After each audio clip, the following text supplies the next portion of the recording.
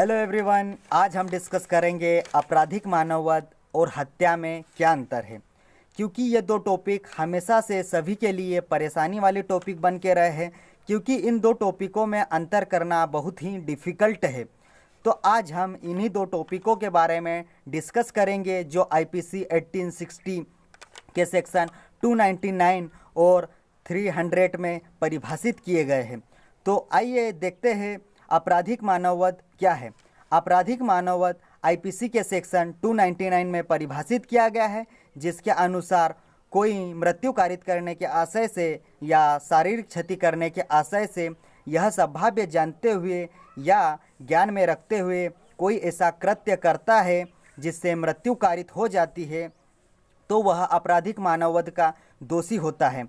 अगर इसको एग्जाम्पल द्वारा समझा जाए तो ख की मृत्यु कारित करने के आशय से एक गड्ढा खोदता है और उस गड्ढे पर लकड़ियाँ बिछाकर उसको इस तरीके से बना देता है मानो वहाँ पर कोई गड्ढा नहीं है, और ख यह जानते हुए कि यहाँ पर कोई गड्ढा नहीं है, यह जगह सुदृढ़ है, वह वहाँ पर आकर उस गड्ढे में गिर जाता है जिससे उसकी मृत्यु कारित हो जाती है। तो यहाँ पर क आपराधिक मानववाद का दोषी होगा और उसको आईपीसी के सेक्शन 304 के तहत सज़ा का प्रावधान किया गया है, जिसमें आजीवन कारावास या 10 वर्ष की सज़ा प्लस जुर्माने का प्रावधान किया गया है। यह हमने देखा आपराधिक मानववाद के बारे में। अब देखते हैं हत्या के बारे में। हत्या के बारे में आईपीसी के सेक्शन 300 में बताया गया है, जिसका अपवाद 4 बोलता है आपराधिक मानववाद हत्या नहीं है यदि वह मानववाद अचानक लड़ाई जनित आवेश की तीव्रता में हुई अचानक लड़ाई पूर्वचिंतन किए बिना आरोपी के अनुचित लाभ उठाए बिना क्रूरतापूर्ण कार्य किए बिना किया गया है। इसका अपवाद 5 यह बोलता है कि आपराधिक मानववाद हत्या नहीं है यदि वह व्यक्ति 18 वर्ष की आयु पूर्ण कर चुका है और उसकी मृत्यु की सहमति वह सहने का जोखिम उठाता है।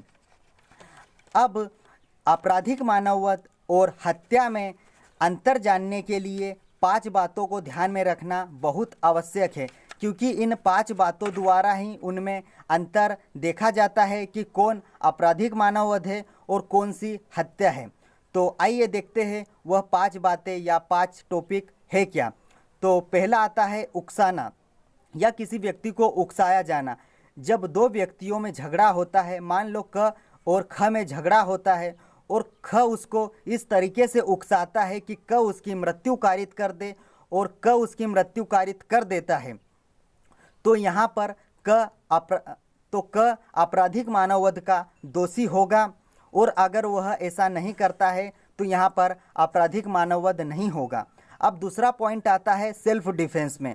अगर दो व्यक्तियों के बीच कोई झगड़ा होता है और एक व्यक्ति सेल्फ डिफेंस में दूसरे व्यक्ति की मृत्यु कारित कर देता है, तो वह आपराधिक मानववाद की श्रेणी में आता है। अब अगर तीसरा पॉइंट देखा जाए तो कोई लोक सेवक है जो अपनी शक्ति का अतिक्रमण करके किसी व्यक्ति की मृत्यु कारित कर देता है, तो वह भी आपराधिक मानववाद की श्रेणी में आता है।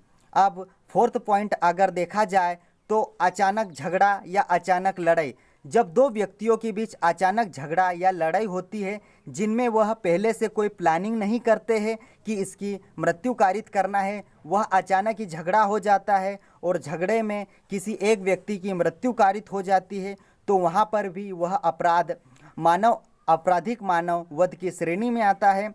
अब लास्ट पॉइंट और 5 पॉइंट अगर देखा जाए तो उसमें आता है सहमति से हत्या करना सहमति से मृत्यु कारित करना या मृत्यु में अपनी सहमति देना। जब दो कपल आत्महत्या करने के उद्देश्य से मिलते हैं और दोनों दवाई लेते हैं या दवाई का कोई लड्डू बनाकर वो बोलते हैं कि एक दूसरे को हम खिला देंगे। मान लो लड़का लड़की को लड्डू खिला देता है और लड़की लड़के को लड्डू खिलाने वाली रहती है कि वहाँ पर लोग आ जाते हैं और उसको रोक लेते हैं। वहाँ पर लड़की की मृत्यु कारित हो जाती है और उसकी सहमति से होती है, तो वह लड़का आपराधिक मानववाद का दोषी होगा।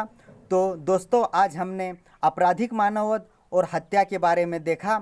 अगर यह वीडियो मेरा आपको पसंद आया हो तो मेरे चैनल को सब्सक्राइब करें, लाइक करें, कमेंट करें और शेयर करना ना भूलें। धन्यवाद।